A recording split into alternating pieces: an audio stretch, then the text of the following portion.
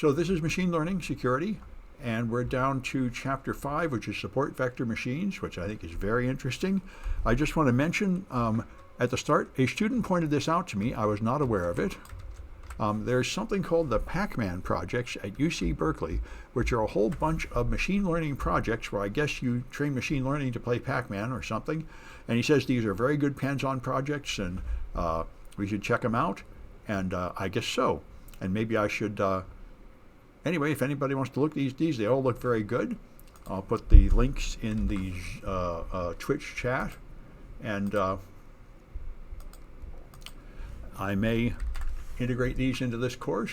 I'm pretty distracted by Splunk SOAR right now, but you know, I may have a time to try to add this kind of stuff, and it would be good. All right. And so, let's talk about support vector machines. We've used them already in a previous class, but without talking in much detail about how they work. And how they work is really very interesting. I'm several weeks ahead on the lectures in this class because the content of this book has become very interesting, although that's probably because I did all of this stuff 50 years ago in a much more primitive way. It's how I started in the world of science, was doing curve fitting with the techniques available at the time and the incredibly primitive computer resources available at the time. And so I'm very interested to see how it has suddenly gotten so much better. So we're going to talk about linear support vector machines and nonlinear support vector machines for classification and for regression, and then how they work. And I had some students say they're worried about not knowing enough math for this course, and the book does get a little bit densely into the math, but just like most of my courses, the math isn't really important for what we're doing here, not that much, because I'm not really that interested in learning exactly how the math works so I can put out a research paper and develop a better technique. I'm just interested in engineering, learning how to use the techniques that are out there, and for that you really don't need to understand every detail of how they work. You just need to know what they're good for, what their limitations and requirements are, and when it might be better to switch to something else. If what you want to do is just use the existing models efficiently to get the job done, which is what I want to do, rather than invent new ones. In that case, you'd really have to understand exactly everything about the math, and that's a fine thing, but that's not the level at which my course is, or for that matter, my understanding. So, support vector machines can perform linear and nonlinear classifications and or regression. They can also do novelty detection, they say here, although I did not see that happen in the chapter. But anyway, they apparently don't scale well to very large data sets. So let's talk about a linear support vector machine. And the idea is, if you have a classification problem, like the iris problem, and you have one species of iris has this petal length and petal width, and the other one has this, you notice there's no overlap at all, and there's quite a gap between them. So if you want to separate them with a line, you could use either of these lines, and you'd have 100% success on the training set. But it's pretty obvious that both of those would be pretty bad lines to use on real future data, because they get very close to getting this wrong.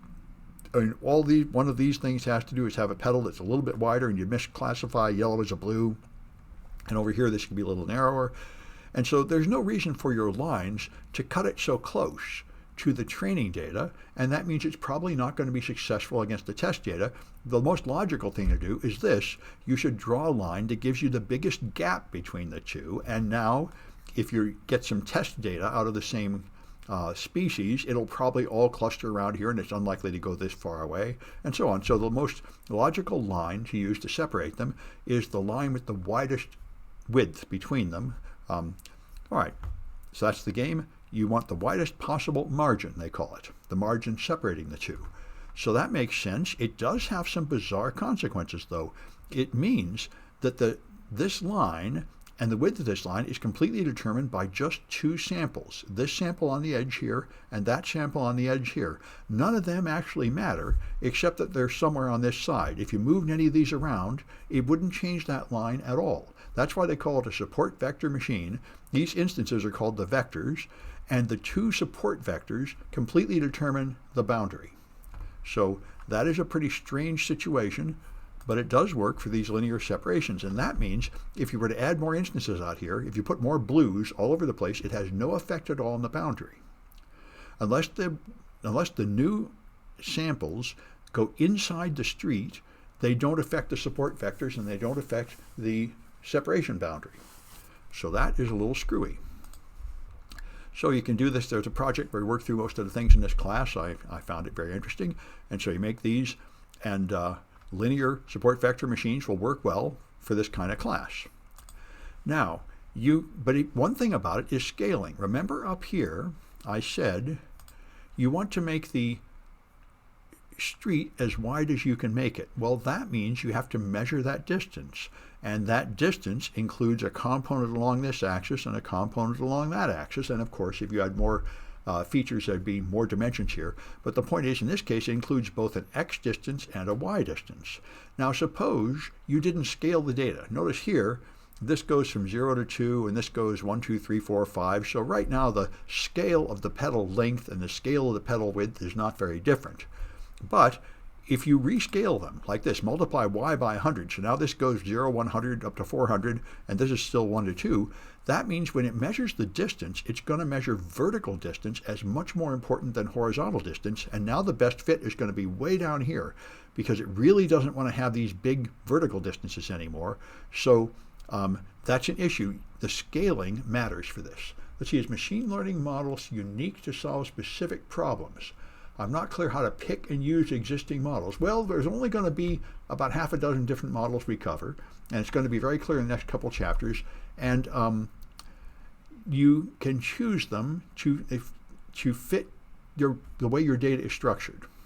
So hopefully by doing these examples, you get used to seeing which ones are good. When we rescale, what is the unit of measure? The standard deviation? Well, you could, when you rescale, I think they just rescale it to well, it's a good question. They automatically scale these things, and I don't quite know how they measure it. I would assume you just take the scale of all the data, the smallest to the highest here and the smallest to the highest here, and then make them equal, but I don't know exactly what it does. You're right, another way to do it would take the standard deviation and make them match. I would imagine in most cases, those practically would amount to about the same thing. But here, you make the scaling greatly off, and that greatly distorts the answer. So that's an important thing to know, that you do have to scale, which is true of most machine learning models, that you do have to perform scaling first, or they won't do a very good job. So this is called hard margin classification, where you have a street and a margin, and you will not allow anybody to be inside the street. Now, what that means is, if you have an outlier, like one of these is up here, now you can't solve the problem at all. There is no line that will have 100% of the yellows on one side and 100% of the blues on the other side. So that's kind of crazy because, as we all know, if you take enough samples, there will be outliers anywhere. So, if you think your data doesn't overlap, that probably means you just didn't take enough samples. Almost all data overlaps eventually. So that's kind of screwy. And here's another one. If you have one of these is only up here, then it doesn't make the problem insolvable, but it does greatly change the location. The line used to be over here, now it's way over there, and that doesn't seem realistic, that one outlying sample would have such a large effect on the answer. So that's the problem with hard margin. Since the entire thing is determined by just the samples on the edge, you've made it really sensitive to the location of those ones on the edge, and that doesn't seem like the wisest thing to do. So what seems like much better would be to do soft margin classification, where you do allow some margin violations. You allow some of them to bleed into the street and use a sort of gradual function to weight them, so you're really using more of the samples to determine the location of the street. And so this is the regularization hyperparameter C. We talked about these before. These are parameters which you do not fit to the data, but you just add to sort of force the data to be more reasonable, force the fit to be more reasonable. And so low C makes the street larger and tolerates more margin violations like this one. We have a whole lot of things inside the street. A higher C would give you this fit, where you have a narrower street with less margin violations. And so if you have a low C here, you are less likely to overfit the data, but you might underfit the data. Remember, overfitting is when your model follows the noise in addition to the trend, and therefore does too good a job of fitting the training data, but is no longer really very good at fitting the test data. And underfitting is when your regularization parameters force you to do something like just make a horizontal line, and so it doesn't really fit the trend at all, and it's not much good on either the training data or the test data. So you can play with these. Here's an example. If you do this on this test set that overlaps quite a bit, if you take the regularization parameter really small, it's where the street is wide, it actually moves off the graph, so it classifies the whole thing as blue. The line is up here somewhere, and that's terrible. That has only a 35% chance, 35% correct. Then if you move the regularization parameter up to a larger value, then it does a better job fitting it, putting a reasonable line in, and gets the accuracy up to 90%. So, all right, now we talk about nonlinear support vector machines. Suppose you have a data like this. Only one thing has been measured, and so you have the green ones in the middle and the blue ones outside.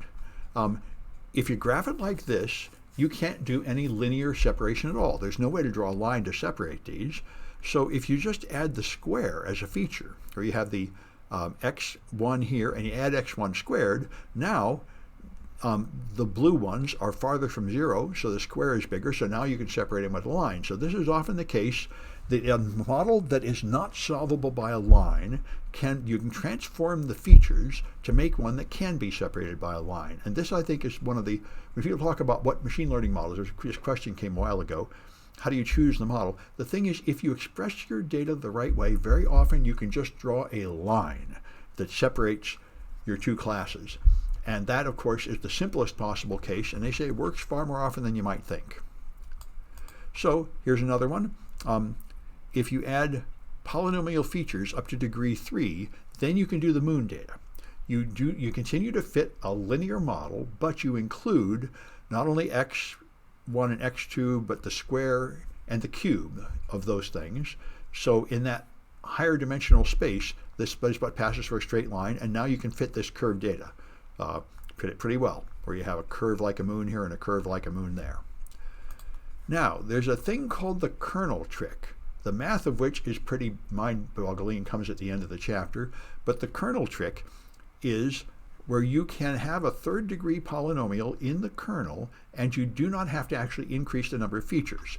This is an issue. If you had a lot of samples, then having to add more features, which are the square and the cube of these samples, would add a lot more data.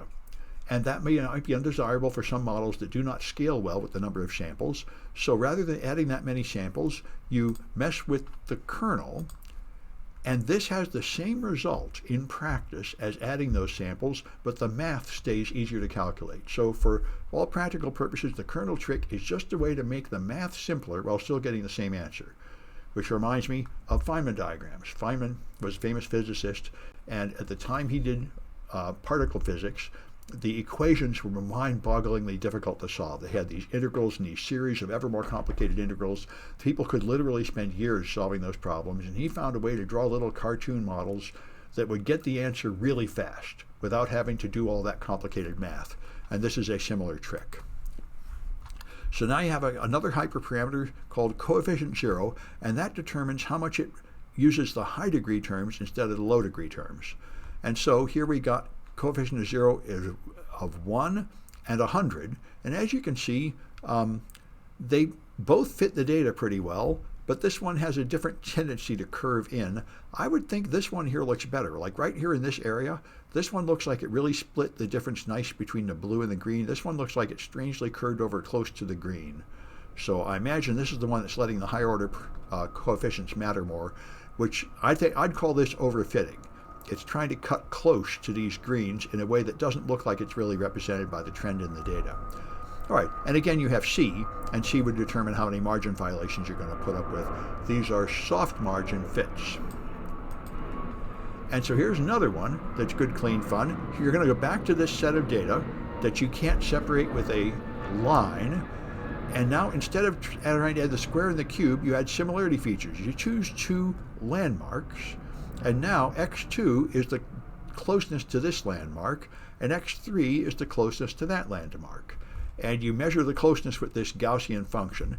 And so now, if you take, for example, the point at 0, x2 is like 0.3 and x3 is like 0.75. So that's this point here. And if you take this point at 4, x2 is 4 and x3 is nearly 0. I guess it's not going to fit on my graph there.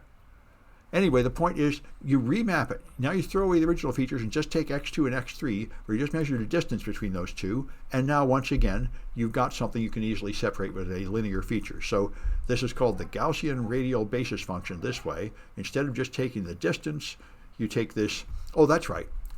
That's why I can do x equal 4. At x equal 4, you have one of them is 0, and the other one is almost 0, so that's going to be a point here. At x equal 2, the x2 is 0, but x3 is 0.75. x2 is 0, x3, that's going to be this point up here. So each one of these will map to a point. And in this space, now you can use a straight line to fit them. All right, and so here's the Gaussian RBF kernel, radial basis function. And you have a hyperparameter that controls the width of the Bell function. So this could be wider or narrower. And you also have C again. So you have a couple hyperparameters to control the fit. In this case, we're making a further assumption. Distances from a landmark are normally distributed. Oh, no, you're not making that assumption. This is not a probability function. This is just a measure of the distance. You can choose any function to measure the distance. They're not assuming that it's Gaussian distributed. They're just choosing, this is just one way to measure that distance. So it's not a probability function. It's just a transformation. And I would imagine for a case like this, it wouldn't really matter what function you used there. You'd still end up with something linearly separable. However, a Gaussian function generally leads to better results for this sort of thing, more likely to converge and all that. These are very good questions. So here's some examples of it going. We're looking at gamma is 0.1. If the regularization parameter C is really small, then it degenerates to just trying to put a straight line through this data. But if you get C up to 1,000, then it again does a pretty good job of fitting it. And here it is with gamma of 5, which I think means the distance is much smaller. And so now you get a closer, tighter fit to the data, and the regularization parameter seems like it doesn't matter that much in this range. All right. And so then you could talk about other kinds of data to fit. For example, you might want to fit string data, like English words or DNA sequences that are just a series of letters. So it's not numerical data at all. Then you can use the Levenshtein distance, which is the number of edits required to change one word to the other. Then you have another measure of the distance. And so you can use the same kind of logic there. So choosing a kernel, in practice they say try a linear kernel first, then try Gaussian, and then others like the polynomial is the general recommendation to try them in. And you just try one until something fits, which I must say is all scientists do. You measure some data, you try one theory, you try another theory, you try another theory until it fits the data. That's certainly what experimental scientists do.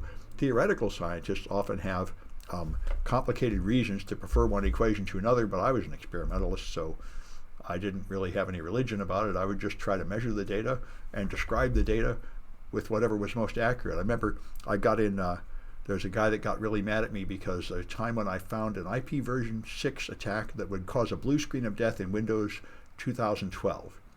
And I went to demonstrate this at several conferences, and people asked me, why does that happen? And I said, I don't know why it happens. At that time, I wasn't skilled enough to debug the kernel and find out of Windows and find out why.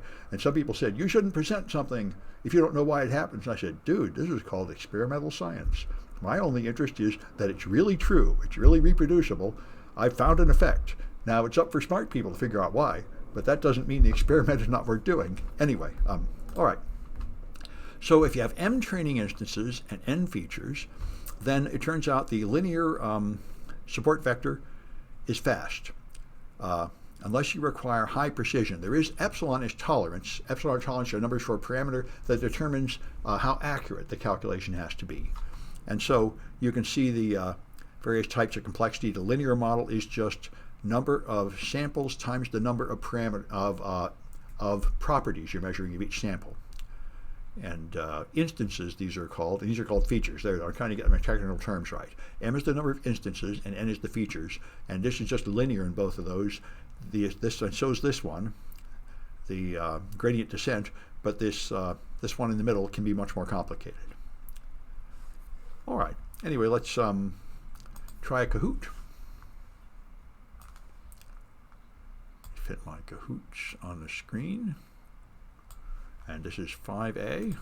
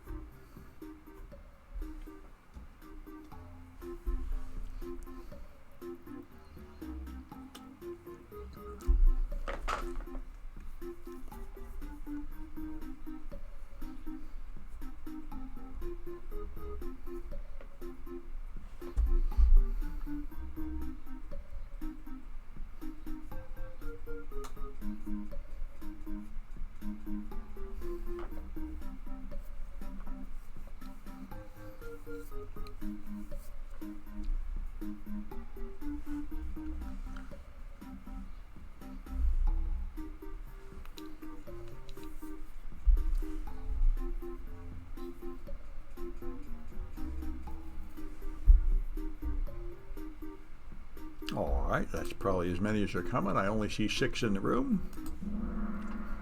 Such is life.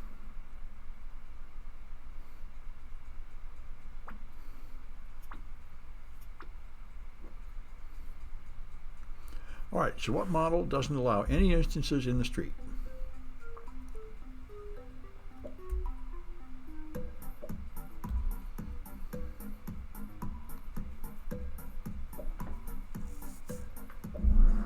Yep, that's the hard margin.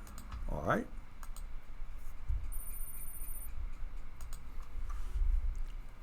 All right, what method gives the same result as adding features without actually adding features?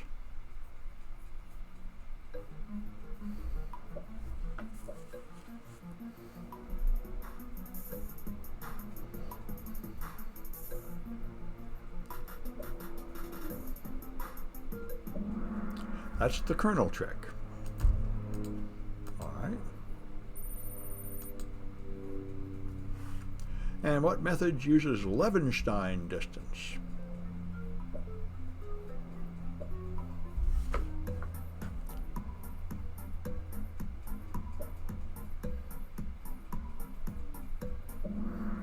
That's a string kernel. Levenshtein distance is a way to measure the difference between two strings.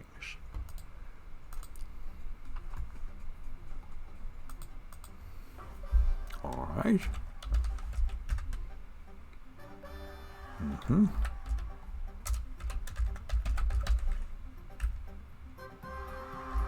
right, I've got those winners, and I think we know who these people are. So, let's go back to here. All right, so let's talk about regression, which is not classification anymore, trying to sort data into categories, but it's fitting a line. So classification, you have two groups of data, and you're trying to draw a line between them with the widest possible street. In regression, you're trying to fit a line to the data. So if you want to do the opposite, you want to put as many instances as possible on the street. So here's regression. You have some data here, and you put this line through it or that line through it. And so epsilon controls the width of the street. Here's a low epsilon with a narrow street. And here's a higher epsilon with a wider street. And you can do it with kernelized regression. You can switch to a polynomial kernel, and now you'll fit parabolas through the data without having to do any more calculation than you would to calculate a straight line. And again, you can have another parameter, C, is your regularization parameter. So it doesn't look like in this region it really made a whole lot of difference. All right, so anyway, under the hood of these linear classifiers, what you've got is in vector notation, you have weight transposed times x, and if you want to just write it out, that is a bias, which is the value at 0. And so that's this one way to write down the thing, and if you don't like vector notation, you write it this way. The first weight times the first feature, and the second weight times the second feature, so on, up to however many features there are, plus the bias, which is the offset if all the x's are 0. So these are the instance values. These are the weights, and this is the bias. So that's what it is. That's why it's linear. It's linear in every dimension of the attributes that are fed in. So if you consider just one case with x1, with just one feature being measured, then the width of the street is going to be, you're going to classification task. So if the decision function is bigger than a threshold, you call it positive. And if it's lower than a threshold, you call it negative. In this case, we'll call the threshold -1 and 1. So if it's greater than 1, that's positive. If it's less than -1, it's negative. And if it's in between, those would be instances that are margin violations. They're inside the street, and you don't want that to happen. So if you have a smaller W, then the slope is smaller, and therefore the street will be wider to reach -1 and 1. So the smallest weight will be the widest street, and that's what you want. So that's, you minimize W. And to keep instances off the street, here's the mathematical expression. You have this t, which is the correct class, which is 1 or -1. And so that's the case. T times the predicted value has to be greater than 1 for positive t and less than -1 for negative t. So that's the mathematical expression of the thing I just explained up here. All right, in the soft margins, you have the same thing, except instead of going to 1, having to be greater than 1, you're 1 minus zeta, and zeta is your slack variable. So if your zeta is 0.1, then you're allowed to move 10% into the street. And you also have some zeta here. You add that to the thing you're minimizing, so you try to minimize zeta. And your C parameter determines how much you're allowed to, how much you weight these things, forcing them to be small. So this is a way you now have slack. You have a slack variable that allows some degree of margin violations, and you limit it with these hyperparameters. All right, and there is something called the dual problem, which is another way to solve this problem that's faster to solve. And this is what makes the kernel trick possible, and I really didn't go into it in any great detail. There are some equations in the book explaining how one problem is related to the other, and by the way, it's not perfect. It's only approximately equal to the real polynomial feature adding solution, but in the cases that we care about, it's close enough, and that's true of everything. And I wouldn't worry about it too much, because all these models where you're attempting to draw a line through things, the lines aren't perfect and everything else. It reminds me of when I studied macroeconomics in undergrad school. I was the first generation of macroeconomics when they quit teaching them partial differential equations, because they used to use all this high-order math in economics, and then they realized none of this stuff is that accurate. None of the data is that good. None of the models are that good. And you really ought to just use simple math, because that reflects all the truth you have anyway. So here's the common kernels. You have the linear kernel, you have the polynomial kernel, you have the Gaussian RBF kernel, and there's a thing called the sigmoid kernel. Those are common kernels people use with the kernel trick to fit different sorts of models to the data. And so in practice, you would just try these approximately in that order. Maybe this linear, Gaussian, then polynomial, and see which one fits your data well enough.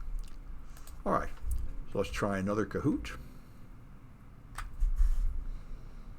5B.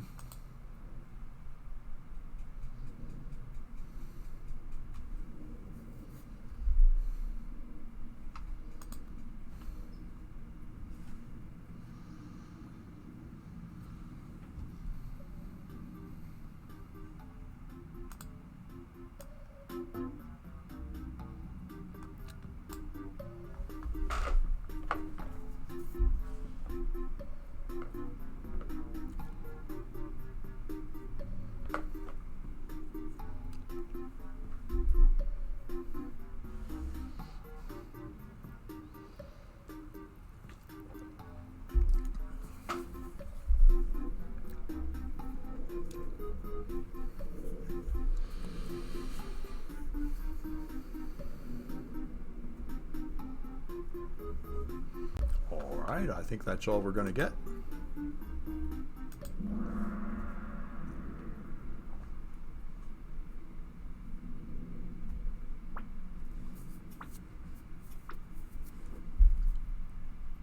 All right, so what is the goal of SVM regression?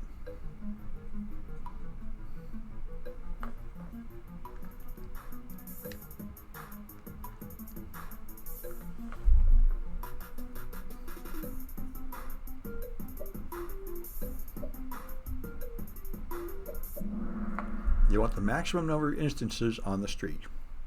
That's SVM regression. Not necessarily the widest street. All right. That makes sense. You're trying to have ones that fit the line.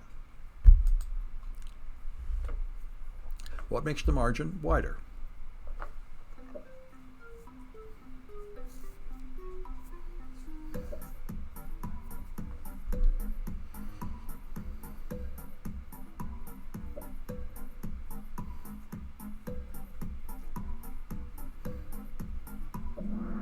Smaller weights means the decision function grows less rapidly with the attribute value that you're feeding in, and therefore the street is wider.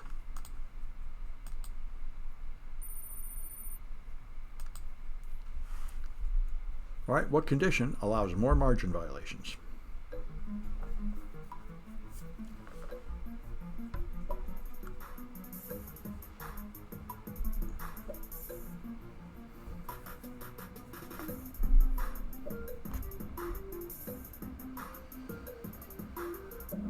All right, the bias doesn't matter, it's slack. More slack means you allow more margin violations. All right. All right.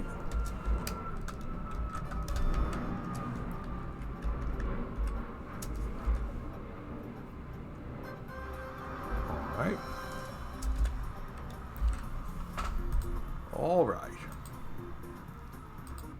Well, let me stop this recording.